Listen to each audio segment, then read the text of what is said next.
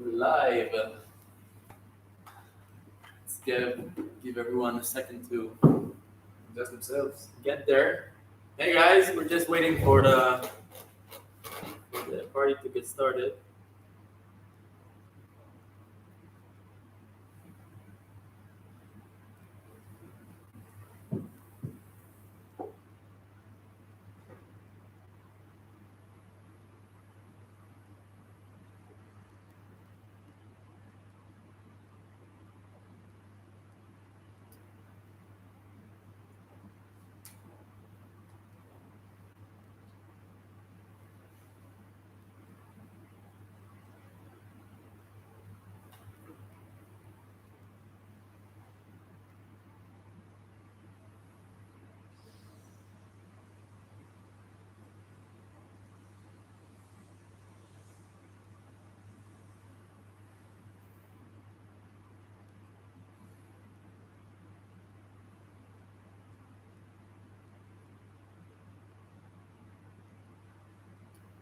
Can't see the comments here. Fortunately. So we'll have to just go there and look for the comments. Right. Great. So hello everyone. Thank you for joining us in this live preview of Dride4K. So you see some of you are commenting in the comment section. We're just sitting just a bit far from the comments, but we'll soon read every comment and hopefully answer all of your questions. We have here Alon, which is the hardware engineer, head of hardware here at Dride, and Matan, head of business. I'm Yossi, I'm the CEO, as you hopefully know. So we have a cool session here. We're gonna showcase some of the great progress we made here, the working prototypes, and hopefully celebrate the new goal we reached, $1 million in funding yesterday. So thank you all. And let's start talking tech, right? Just before we start, we're gonna answer some questions that was asked on the forum and on the Kickstarter update. But if you guys have any questions, please feel free to leave them in the comment section, and we'll answer all of your questions. So let's start with Matan. Yeah, I see here a question from Jacob. He's asking why don't we have an alternative battery source? Right.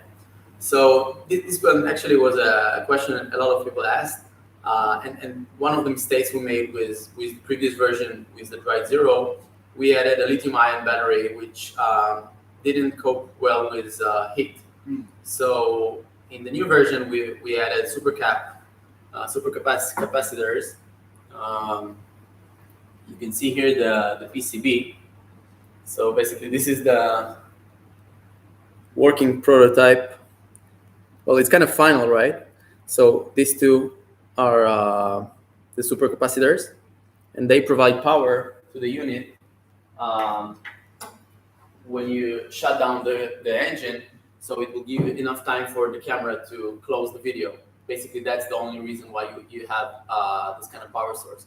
It only needs to provide power for a few seconds, just enough for the camera to close the video, and then it will safely shut down. So this technology is far superior than batteries, and this is why we decided to go with super caps this time, obviously. And some people have requested the battery pack. So the battery pack basically is something you don't really need with Dride4K. Since we use a radar to detect motion, we use, what is it, 50 milliamps? 30 milliamps of power. So basically it's enough for you to power your parking mode for around 15 days straight, a bit more, until it will drain your battery. So the battery pack is kind of useless. So the camera will only wake up when someone moves in front of the vehicle, and then you're covered, but you don't use that much power. So the battery pack is kind of redundant. But for those of you who actually have a battery pack, you can still use it it will work just fine with Dride. If you have a small battery, like in the newest EV vehicles, or you just want to make sure that your car battery is not drained, you can do it. But Dride will not drain your battery. We have an active power cut in the camera that will prevent it from ever going to a state where you cannot turn your engine on. And actually, most dash cams have kind of a fixed value. So when it goes below a certain level, it will cut off, and that's it. And at some points, it's just not enough. I mean, you want to fine tune it, but it's kind of in hardware. With Dride4K, we have it you can actually change the level for which the power is cut. You can make it 90%, you can make it 80%, you can make it 70%, kind of play with it the way you see fit. Okay, thank you. Okay, I see another question here. They're asking about the radar. Mm-hmm. The radar, it's on the front camera, of course. But what happens if someone is getting close to me from behind? Right. So the rear camera currently doesn't have a radar. That's true. But if someone will go in front of the vehicle and then kind of go back, the radar on the front camera will wake the system up, and then the front unit will wake the back unit via Bluetooth. This is a change we made during the campaign, actually, thanks to feedback from our community. And then it will start recording. Yeah. Or if someone just touches your car, and then the G sensor will trigger the wake up of the front and rear camera. Mm-hmm. So unless just someone just moves from behind and doesn't touch your car, it will not be, the camera will not be triggered. But when someone just touches your car or wiggles it a bit or moves in front of it, it will trigger the system wake up. Okay. Okay. And just to pause here, guys, if you just joined the live view here, hey, we're the Dride team. If you have any questions, just feel free to leave your questions in the comments section, and we'll just answering questions from the Kickstarter update page. And when we're finished, we're gonna answer your comments, which I see is coming up, which is great. Yeah. It's exciting. Let's go. Okay. Yeah, sure. Okay. Okay. I want to ask you, what are the progressions we've made since the Dride Zero was out? Maybe Alon can take it. Since the Dride Zero? Mm-hmm. Where to begin? Where to begin? First of all, the main feature has been elevated. We're now recording 4K instead what was it? 1440 pixels. Now it's 4K, and we added an internal camera, a radar, and I think one of the things that's most how do you say it? We maintained the same size and yet added an LTE modem inside the unit. Mm-hmm. Without the need for any exterior cases or devices to give that feature. Yeah.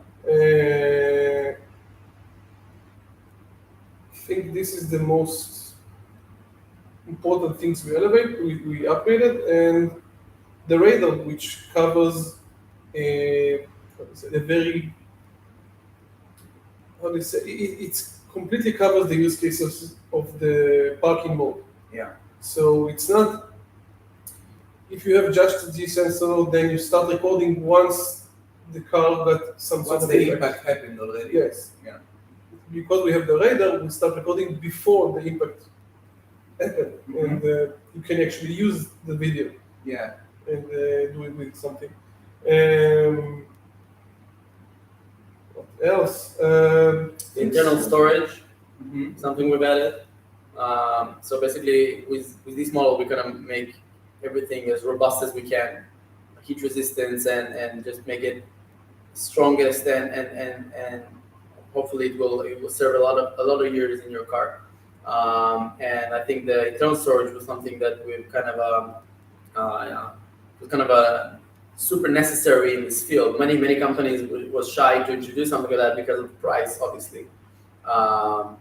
And I think the one cool thing we made in the internal storage is we added the option to extend it with an SD card. So you're not forced to only have 128 gigs of internal storage and that's it. I mean, you go either with or without. You can just buy the version without the internal storage and then use an SD card of that you see fit. But what basically is I think an engineering idea is every unit has an internal storage in it. The basic unit has 4 gigabytes of memory, which we use for the internal system, the OS, but also for recordings. So basically, we record videos to the eMMC first. So you always have the most recent videos stored in a reliable fashion. And then it kind of offloads the videos to the SD card.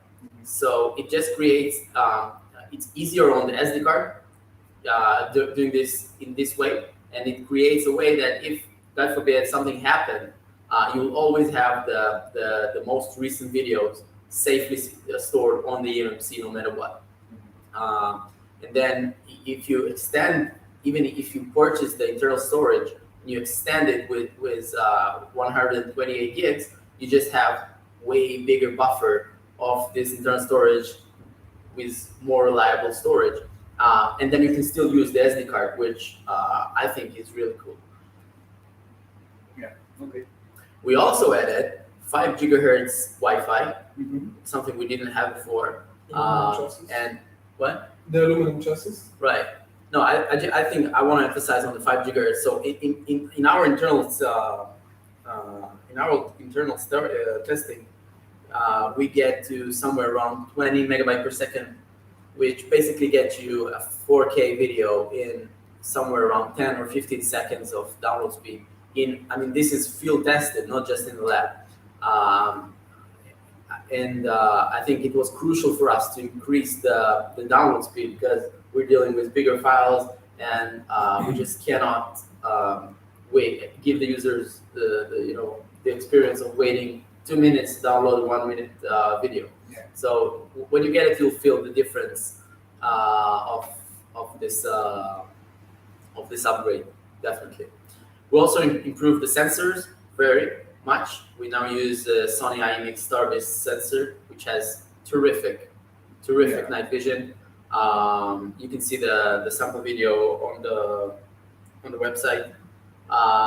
We also have an internal camera with infrared lights. We see nowadays that some companies release new cameras without an infrared light source, which basically means you will not see anything. Yeah, during the night. At night, yeah. Right. And as Alan mentioned, we made a huge change in heat dissipation. And I think basically no other dash cam today.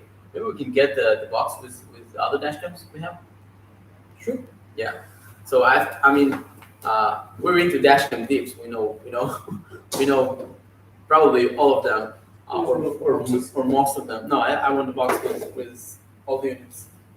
So what we did here is basically we used the body of the device to dissipate the heat. So we'll give it, yeah, right. So this is the box, guys. Not sure if you see it, but this is the box of dash cams we have. We have probably most models right here. So we know dash cams, and what we did with the heat is something truly remarkable. I think people will notice it.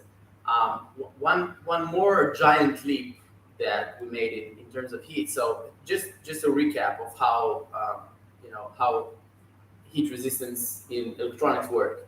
So every chip have a certain level that if you heat it above this level, it will just turn off.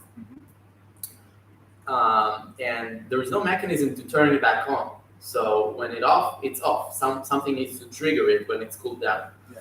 So we have an Amiga controller on the board that basically have a higher heat resistance threshold. So basically, when it gets to a certain point, for example, 80 degrees Celsius, it will go to sleep before, obviously, the CPU will throttle and stop working. And then the microcontroller will monitor constantly the temperature. And when it gets lower beneath the threshold value, it will wake the camera up. So basically, if the camera has a really extraordinary heat resistance properties, but when it gets like ridiculously hot, and obviously some countries have ridiculously hot weather, like here, many countries. So it will just shut down and will wake up when the temperature will be cold again. Yeah. So obviously this is something that was never done before in dash cams, and I think it will create a much better experience for people.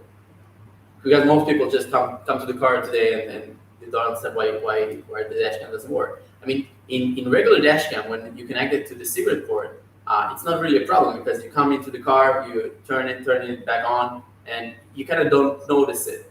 But for the new age dash cams like Dride, when it's constantly working 24/7, it's an issue. It's an issue we need to solve. Yeah, if I leave my car parked for 2 days, I want to know what happened, even if the temperature got so high that it got shut down. Right. It needs to get back up. So this is a great feature. Right. Yeah.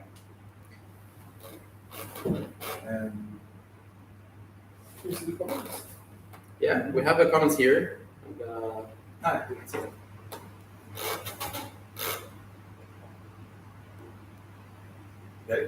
Yeah, but let's continue. Again, guys, if anyone has a comment for what we're blurbing here, and you wanna kind of interrupt us and let us know, please just use the comments. This is why I'm looking at my phone. Don't worry, not looking for answers or anything. But feel free to just use the comments section, and we'll try to answer all of your questions. Maybe we can talk about the radar now. Okay. So this is the genius that created the radar system. This is something that really, again, never been done before in a dash cam, but I think it's something really truly remarkable that he did.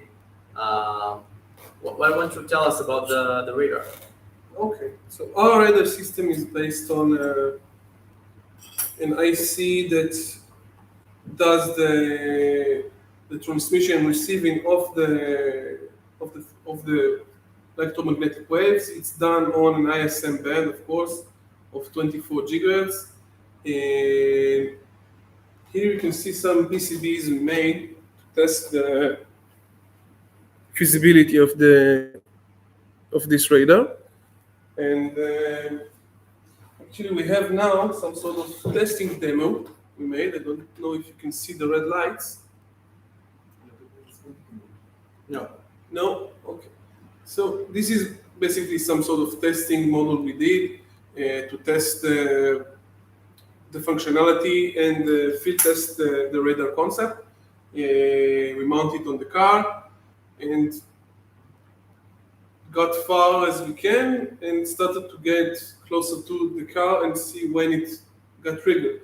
We achieved some sort of 10 meters from the car. 10 meters in the air, but you get protection behind the windshield for something about 2 meters from the camera in somewhere around 180 degree angle.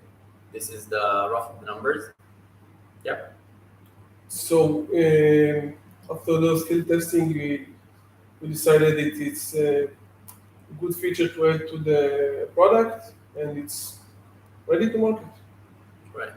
But, I mean, when we started with the radar, obviously we wanted to go into the security camera features and add them to the Dride4K because we thought that would be a cool feature to add. And we were looking for something that will help protect the vehicle while not draining the battery too much. So the radar was a great fit, but there are companies that have a radar in their product, but it's an external module that you kind of plug in. It's bigger, and we don't like that. So the challenge was to integrate the radar in a custom board with the image sensor and make it all work as a single unit, which was really hard. But Alon made it happen, thankfully.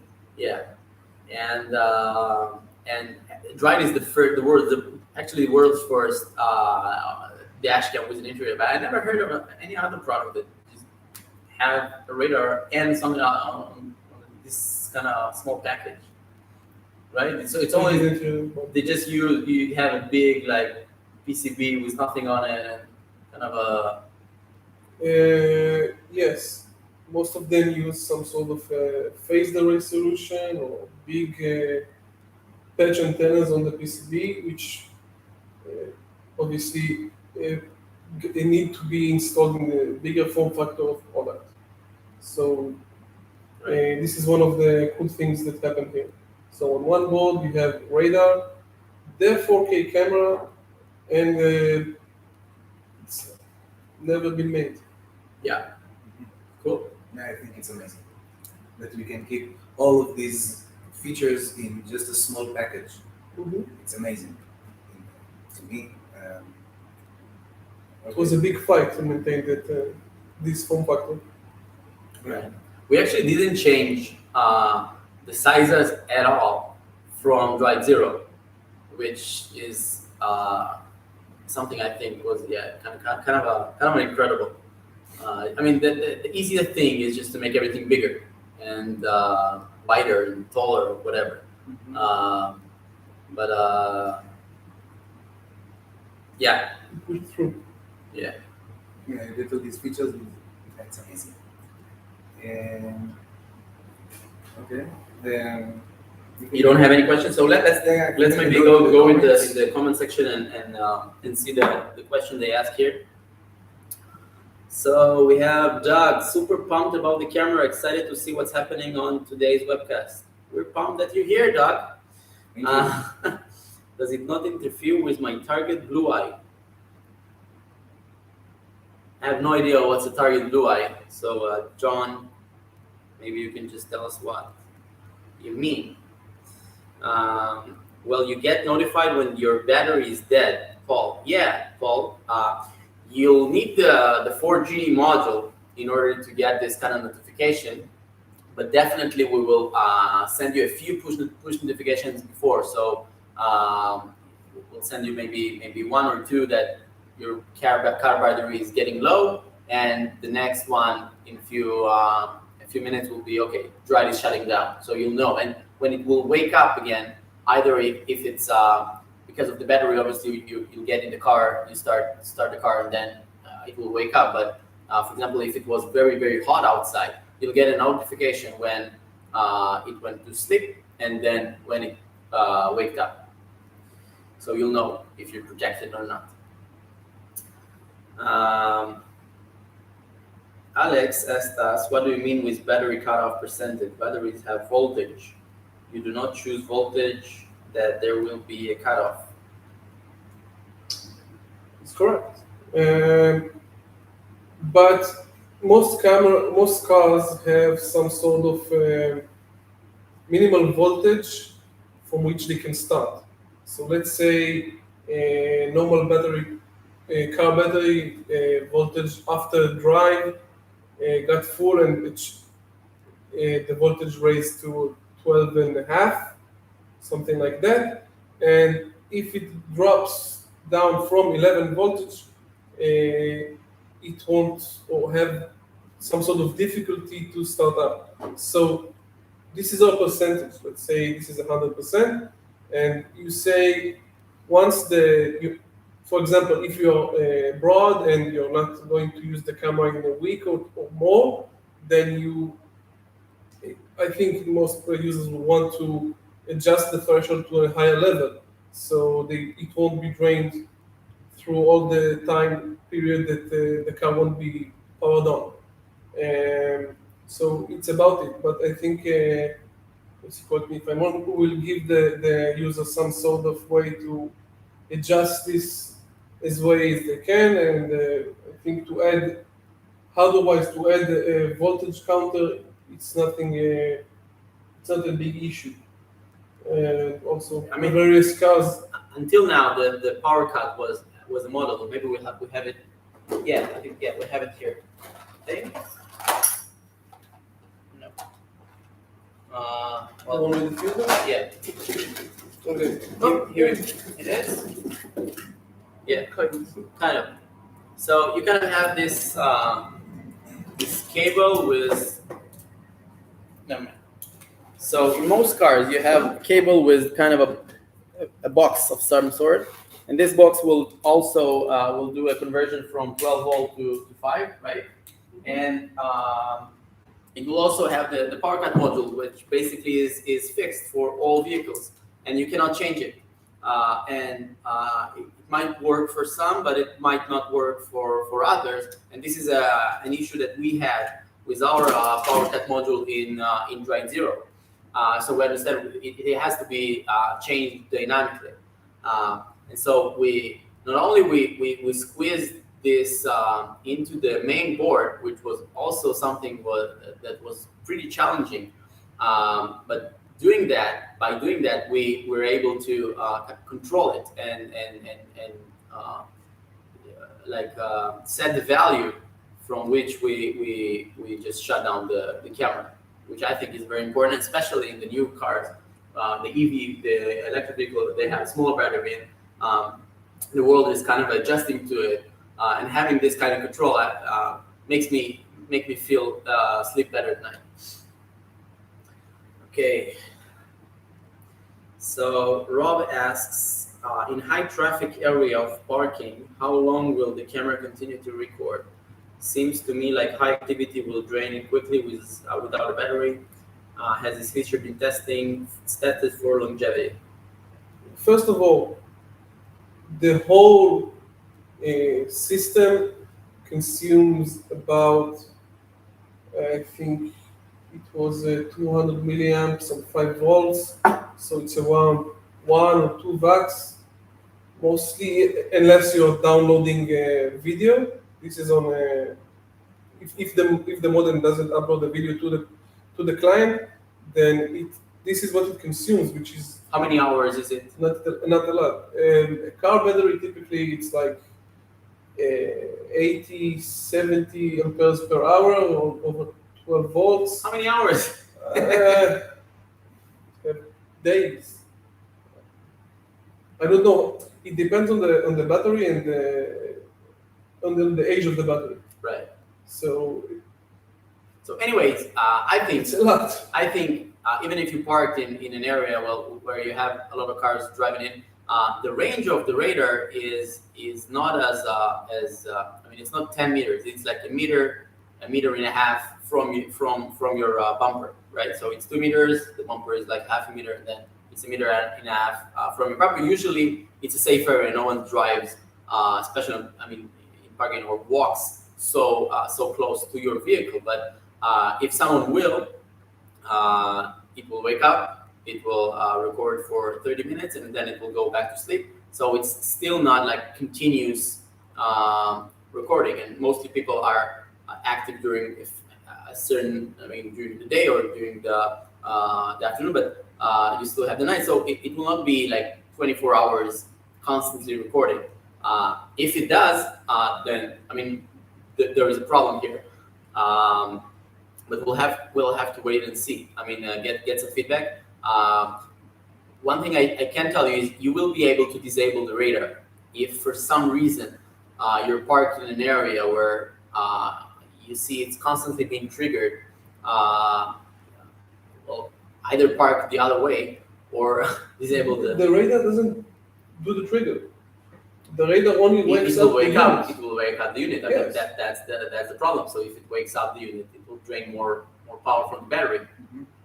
Yes, but in most use cases that you have, the normal use cases of a car and the car model, you park the car and go to work, return, and drive to home. Right. So it won't drain the car battery. Sure, I totally agree. I think that's the use case we've been planning on. But maybe there is a use case where someone parks, like for example, in a mall, where there's constant movement of people very, very close to the front of the car, and then the camera is like being waked up constantly. I mean, this is just something we haven't planned for. I think it's very like edge case. Yeah. And I mean, don't park where there are a lot of people. It's When you're going more than a week from your car. yes, right. For the day, But definitely it's fine. something we can think about. Mark here is asking, is there a possibility to export longer sequences, scenic long drives? So we've been asked for this feature. We asked for a time-lapse video. So definitely something we can think about and add later on via software update. But I mean, the main use case of Drive is help you protect your car and basically your driving community. So if you see something on the road, you click the share button, the video goes online, you share it with your friends, and if something happens during parking, you'll get notified and you have the video. We didn't optimize for scenic or I mean casual driving. So for example, I think maybe GoPro will do a better job in this area. We're really focusing on these two areas: protection and evidence. That's basically the focus. But we might add the time-lapse feature if there will be enough demand from the community. I mean, Dride4K is a platform we're gonna ride with for many years. You can expect many updates in the years to come. Okay. Someone asked, what is the maximum side SD card supported? What speed card do you recommend? So Also interesting. yeah. I mean that's an issue that was we had with Dride0 as well. So the short answer is basically any SD card you can find will work with Dride4K. So we're using we tested this with 512 gigabyte memory card and it worked great. We have support for it. It's not recommended because basically if you have the internal storage and then, for example, 128 gigs of extra storage, you'll have roughly 24 hours of buffer. You don't drive for 24 hours, so it's like a few days of backlog, and that's enough basically, because when you have the button, something happens on the road, just click it, video is saved, and it will never be deleted until it will get to the cloud, and then it's safely stored in the cloud. So you don't really need that much of a storage. And the big cards tend to be expensive and not reliable. So you might end up paying $100 or $200 for a card, and then it will it will stop working because the high temperature or just it will wear off. And I don't see any reason to do so. But if you still want to use a big card, you can.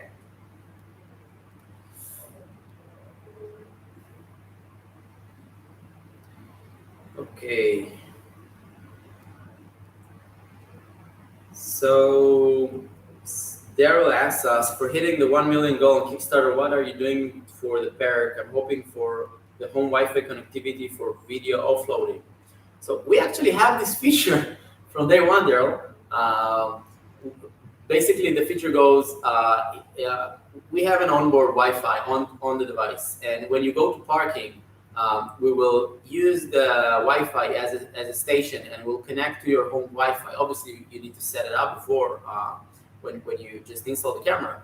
And when it see that you're home, it will just upload all the videos of the day to your cloud, to your Dride cloud.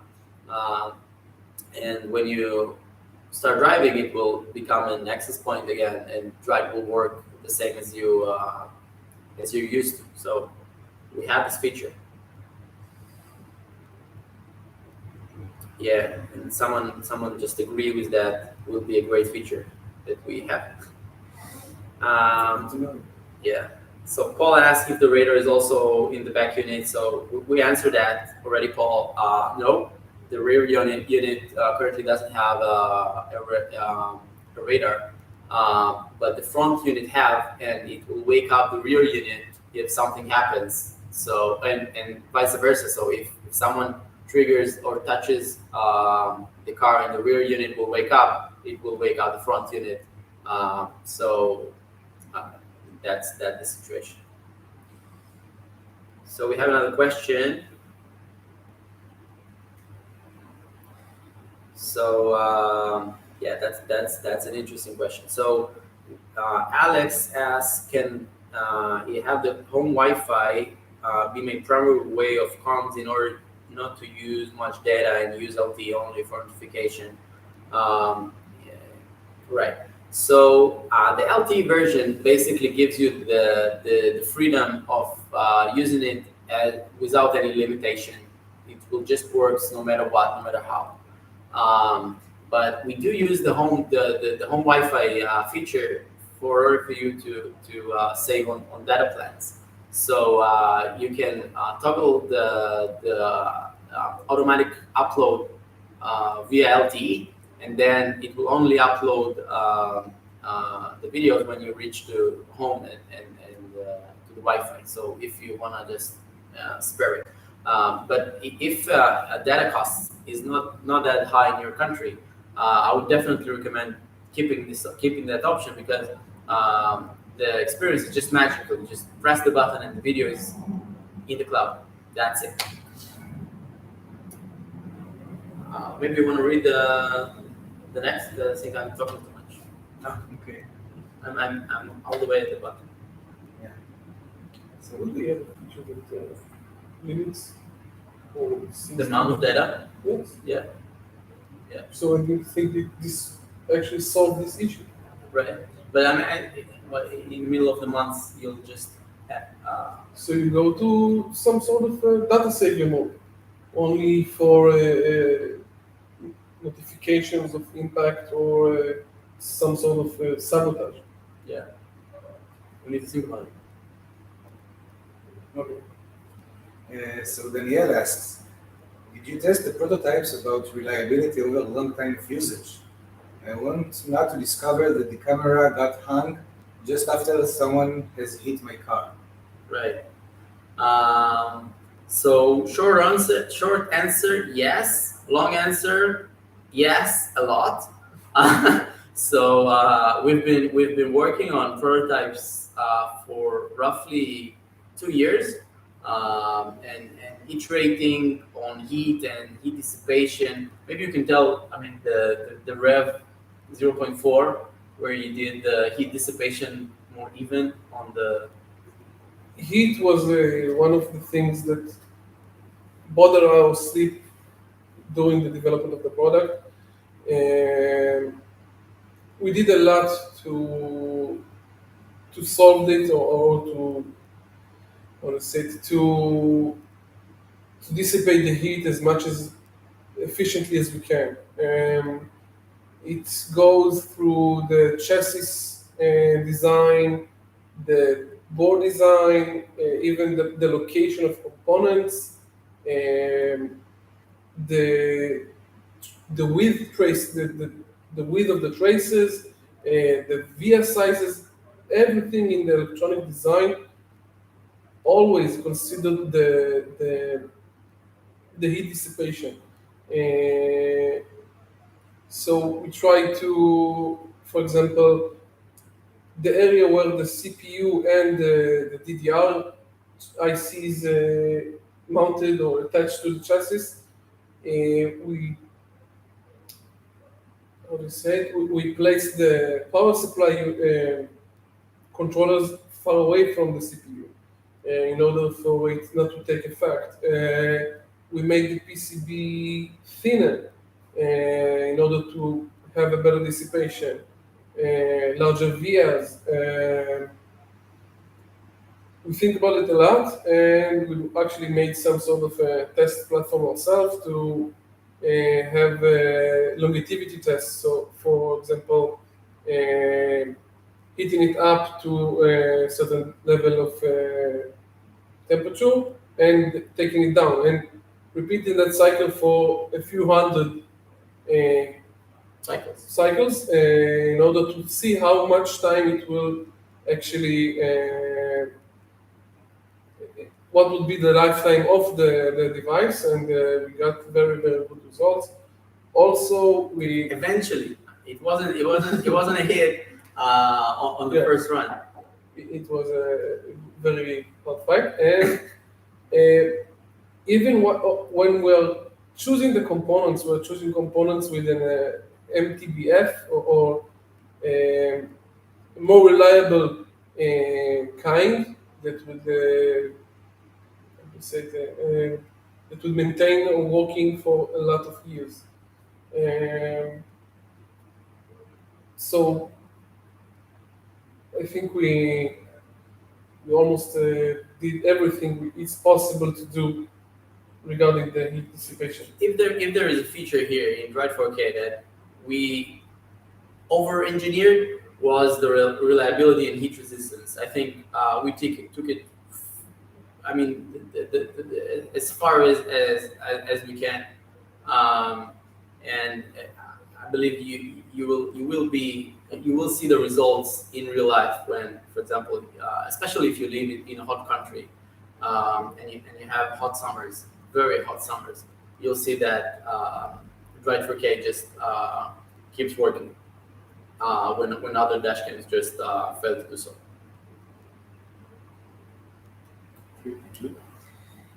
Okay. Will there be an option to connect the cam to your PC, e.g. via Wi-Fi or USB, to get access to the footage storage for experienced users? Right. So basically, we don't want you to take your Dride away from your car to do any action on it.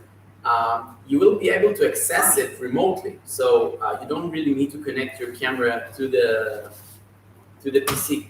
All you need to do is just open the dashboard, either via the app or the website, and then connect to it, see the videos, and download them to your computer. You will be able to do it if you're in the car, if you don't have the 4G model. But if you do have the 4G model, you will be able to just remotely access it and download it from the convenience of your house. Yeah. If you really want to have all the data, you can always Just take the SD card. Right. Well, I mean, yeah. And the amount is very comfortable to do this, so Yeah. it's another possible way to do that. Okay. Okay. We have a question. Okay, someone's asking if it's possible for two 4K front cams, if two 4K front cams can connect as if they are front and rear cam, or will they stay independent? Right. So, good question. Yeah. So, we actually been asked about this in the comment section, and The answer is you can upgrade your rear camera to a front unit, which will make both the front and the rear 4K, and they will work together, and you'll have the same experience as you had if you would have used the rear camera, which I not sure I showed it. So it's like a baby drive. The reason we didn't give this option for by default is we just believe that the rear camera has to be very, very small in order to not block your view in the rear window, which is way smaller in most cars than the front windshield. Yeah. So in order to not obstruct your view, we designed the smaller one. So it's not recommended, but if you still really want 4K video in the back, you can just upgrade the unit and get the 4K resolution. It will work in the same app, so you'll have you will be able to download both videos from the same app, and you will have the rear radar, by the way. So worth mentioning. Yeah. There's a following question from Derek. The guy who congratulated us for the 1 million. Thank you. Yeah, so thanks again. He was talking about the offloading of the videos. Right. So we didn't talk about the cloud. Right. He was talking about his own home network. Yeah. Yeah, because he asked if Yeah. the option to avoid the subscription. Yeah. So first of all, there's no subscription in Dride Cloud. You can use it for free, period. And we plan to keep it free for as long as possible, and hopefully we'll not be charging any money later on. And if we will, our Kickstarter backers will be safe from it, just like we did in our previous campaign when we gave a free Dride Pro account for our backers, and we didn't charge for the cloud storage. But if you want to use some kind of your own logic, this is something that's very important. We've been working on it really hard to make Dride open from day one. So if you go to our website, you'll see a documentation center. When you have a full documented API, so you will be able to kind of build your own scripts to access the camera and do whatever you want with it. So if you want to offload the videos, you can. If you want to back up the videos when you come back home, you can. And you will be able to get an API to the cloud. So for example, if you want to get events, for example, if someone just triggered an event in your car, you will be able to get it by accessing the API on the cloud. Yeah. But it will require some kind of knowledge for you to build something. We're really hoping that the community will eventually evolve and will kind of share this with one another, and people will kind of build on it. The reason we're not posting too much about it is because we're kind of still trying to figure out what's the best approach. Open the kind of a place for people to run custom scripts on the camera, or just open the API. We'll see. The main thing here is we're open for any suggestions. We love your feedback, and if the community will want something, it will get it. That's basically what we're doing here, trying to make you guys happy. Yeah. Okay. Now, what guarantee can you make? Sorry, this is John asking. Hello, John. What guarantee can you make that all backers will have their order fulfilled? Right. So basically, Dride4K is our second project, second Kickstarter. We already made and shipped at Ashcamp in 2018, 2019, a few years ago, two years ago. Since COVID, it's kind of I don't remember when everything, right? So we know what we're doing. We learned a lot from the previous campaign. We have everything set up, and we already purchased the main components of the device as we posted in previous posts. So there's literally no way people will not get their dash cams. Okay, very good to hear. You can see it over here. So it's Right. Right. Maybe we can pause on that a bit. So most Kickstarter campaigns kind of raise the money and then kind of start building the project and ship.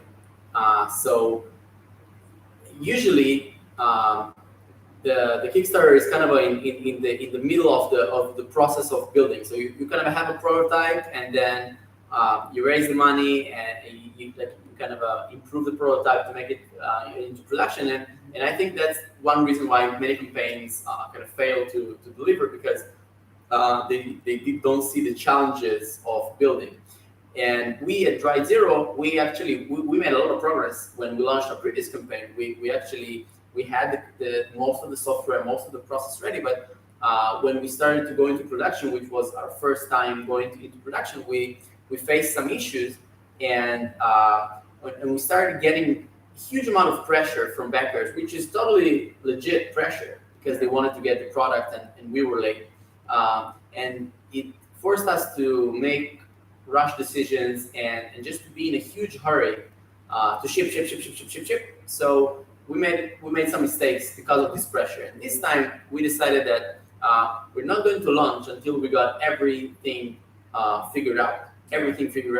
The supply chain, engineering, design, mechanical design, everything is just ready for D-Day, and this is where we at. So we have revision 4 of most components here. Many iteration, many hours of development and testing and validating and purchasing of components. I mean, this is just so much work that we did way before the campaign started, and we're very thrilled and happy that the campaign ended up being a huge success. But we're very happy that the campaign is a success, but we're much happier with the product and how it ended up being. Yeah. Yeah. Thank you. Okay. There's a question here. It says, I always keep the car at the side of the house, so Dride4K will always be connected to the home Wi-Fi. If someone is in front of the car, can you make Dride4K trigger an alert via app without LTE? Yeah. So there is a point here. So when you have LTE, we can wake up the camera when it sleeps. So this is why we're recommending people that want to have the full feature of Dride to get the LTE model, because if you don't have it, and you can still connect it to either your home Wi-Fi or even to a hotspot you have in your car, but this will create issues with some feature will not work as you would expect. So for example, if you connect to your hotspot in your car, when you shut down the vehicle, right, you'll probably shut down the hotspot as well. Yeah. And when you try to connect to your Drive, it will Yeah, obviously not have internet and it'll fail. And if someone will hit your car, you will not get the notification immediately, and the video will not get uploaded to the cloud. In this specific use case, it will work just fine. So if you're connected to to your home Wi-Fi, if the camera doesn't detect any movement, it will go to sleep, right? Yeah. If it will detect movement, it will wake up, automatically connect to the home Wi-Fi, and then if you have an event, it will be online, connected. No reason for it not to alert you, right? So we're not making some kind of a software limitation for some features to work on 4G or some feature to not work on 4G, right? But if you really want to enjoy the full force of Dride4K as a security camera, I'd really recommend you to go with the 4G model. Can I add something about it? If you're using the home Wi-Fi, usually going to outdoors, which meaning the signal of the Wi-Fi needs to come through several walls. So the signal strength that will come into the car is very, very low. So it won't be much reliable. So the LTE, if you want, like you mentioned, If you wanted the full security features to work and to be reliable, the LTE module is the best solution. But also the home Wi-Fi works, but less reliable. If you park and you use your home Wi-Fi, I mean, maybe you have a garage. You want to put a repeater there. I mean, just make sure the signal is strong near the car. Yeah. Okay. Okay. Then another question. Sure. Will there be an open API that I can hook into? E.g., can I subscribe to motion or other events to trigger other home automation systems? Alexa, Google Home, IFTTT, integration, etc. Yeah. So I mean, you can just scroll back for like 10 minutes when we talked about the API, and hopefully I've answered your question. We need to think about triggers. So basically now the API is like you access the server, ask and get request. We need to see about triggers. But I mean, you again, we're kind of building things that people want to use. You can just raise it up in the forum. I think is the best place to talk about it, discuss about it, get feedback from other users, and if there is much demand for it, we'll implement it definitely. Okay, someone asking, will there be more sample footage soon? For example, from independent YouTubers. Right. So here's the deal, and this is why we're actually making this YouTube live. So we had, I mean, this prototype here of the 4K is iteration number 3, and we have the iteration number 4, which is the final one in the mail. So we kind of we took our time to fine tune a certain feature of the design, and it kind of delayed the time that it took us to make the final unit and send it to a YouTuber we know, which is a member of the Dride community. He was hacker of Dride4K, and it's currently in the mail. So we're really hoping he will get it in time, and he'll make a full review of it and post it before the campaign ended, as we promised. And obviously, if it will not, we will post it a few days after the campaign ends. But if that doesn't happen, we have the session right here where we showcase the models, and I really hope he'll get it in time. Okay. Okay. Paul is asking, how much range has the Wi-Fi, and what is the average size of a video of an event? Right. When you use both cams. About range, it's a difficult thing to answer because if you're looking at link budget calculations of RF links, and let's say you're using 2.4 and data 5. A short answer. Let's say 10, 20 meters is a reliable distance. Yeah, I agree. With the line of sight, of course, with no obstacles. Right. I mean, our office is at floor number 3. The cars are parked in the parking, and we get reception that's like 50 meters. So 50 meters is definitely something that will work. Not sure. I mean, if the question is regarding the house or the speed. What? He asked also about the size. The file size is like 250 megabytes for the 4K video, and somewhere around 80 megabytes for the internal camera. I mean, that's, yeah. If you're inside the camera, connected to the Wi-Fi, it's about 20 seconds of download via... If you're inside the car. Yes. Right. Or also, I think near the car, sure. 1 or 2 meters. And using the 5G, 5 gigahertz Wi-Fi. To connect to it, it's about 20 seconds download. 20 megabytes per second. Right. And but if you're using another use cases of the camera connected to your home Wi-Fi via 2.4 gigahertz, you would feel the download speed would be reduced significantly. Unfortunately, it's something that would happen. I mean, the Wi-Fi was designed for if you're driving the car, your phone will proactively ask the camera if it has events and will download them. We want to make it as fast as possible because you might leave the car, you might turn off the car. So we would just want to upload the video as fast as we can. And if you're like manually going through the videos, we want to have a pleasant experience.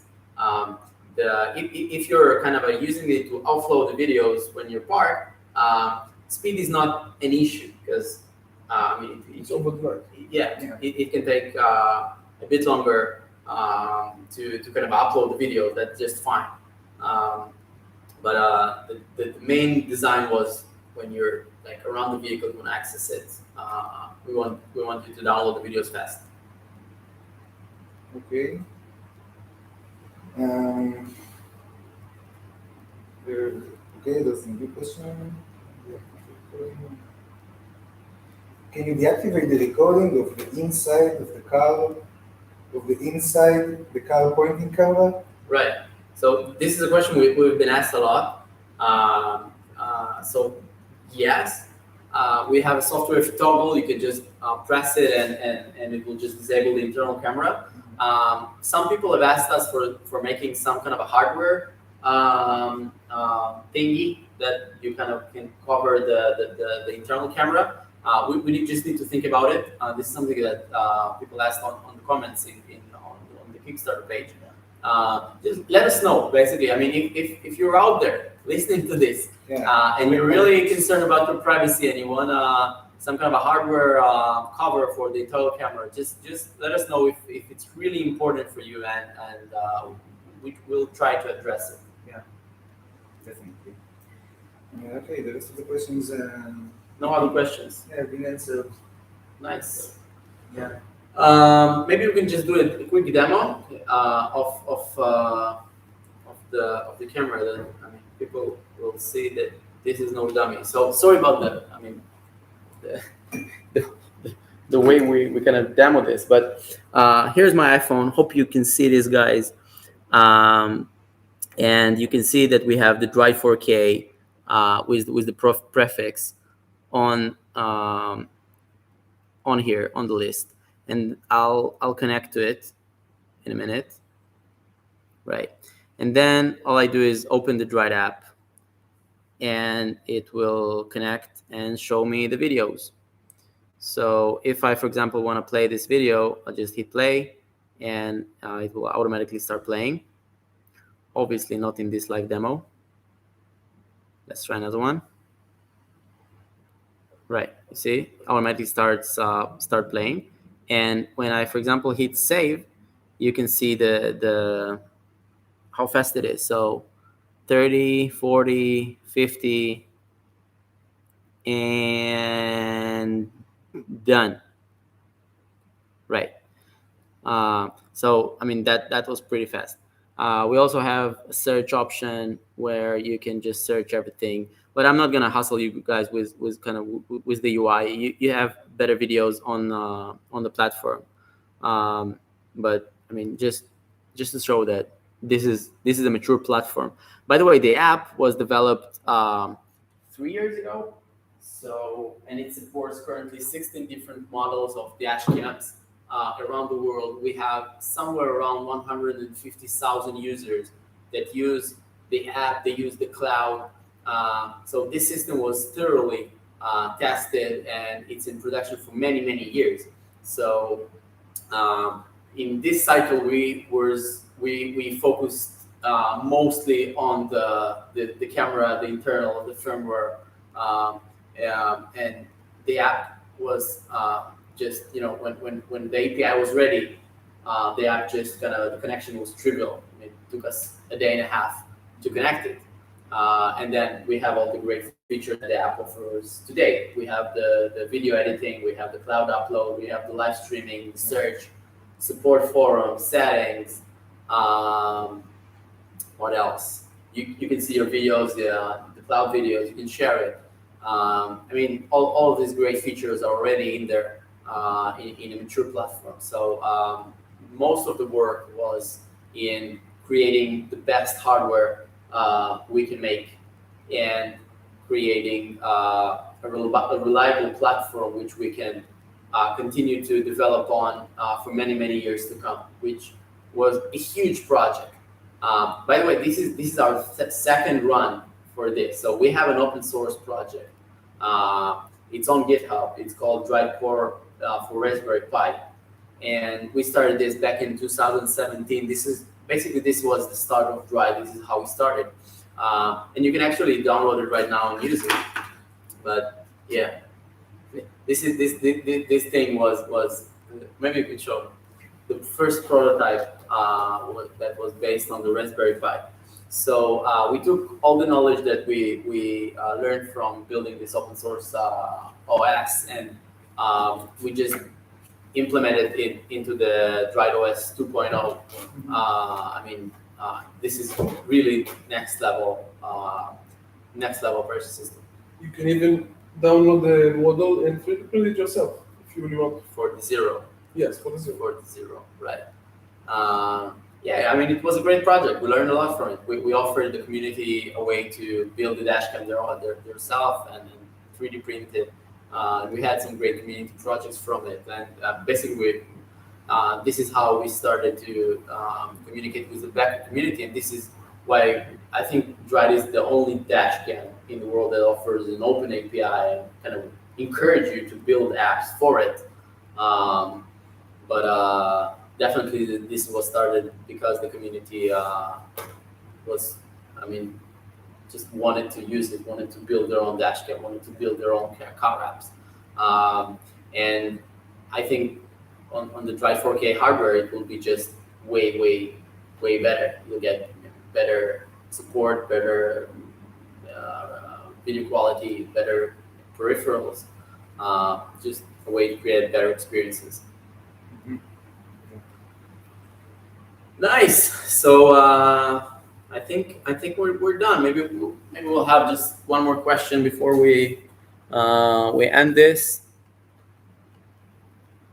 Yeah, Daryl, is it possible to save? Yeah. So we have a lot of questions.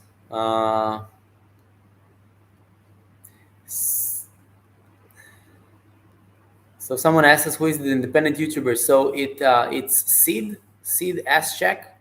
I mean, he's a community member. You'll see the video soon.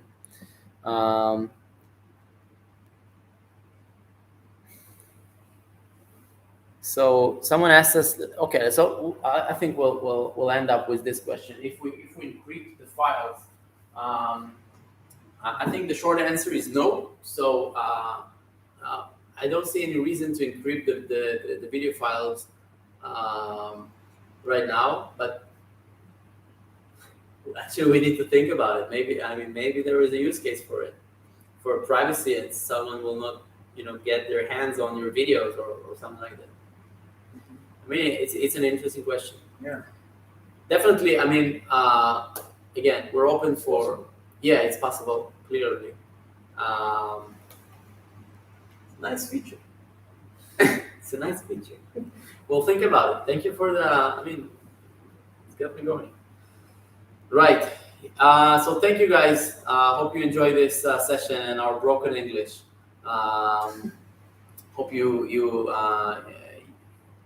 enjoyed what we're seeing, what we're doing here at Dride, and we can't wait for you to get your Drides and share your videos of your experiences. So thank you all, and if you have any questions, you can reach out in the Dride forum. That's the best place to contact us. Leave your comments and start the conversation about the new features. Bye-bye. Bye guys, thank you very much.